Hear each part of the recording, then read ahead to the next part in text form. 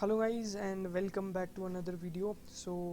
Our today's agenda is quite different from our previous agenda that we discussed related to programming languages, etc, etc, etc.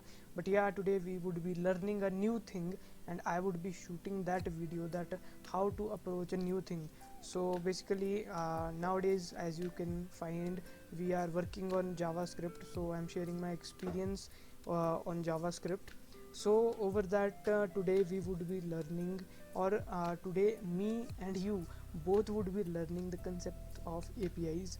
So I have a little amount of knowledge related to APIs, but not in the terms of JavaScript. So yeah, basically only there would be a difference in syntax, and rest let's see how it goes. So the main purpose of making this video is to provide you all with a motivation that if I can do it, you can all as well. So yeah, let's get started with the video.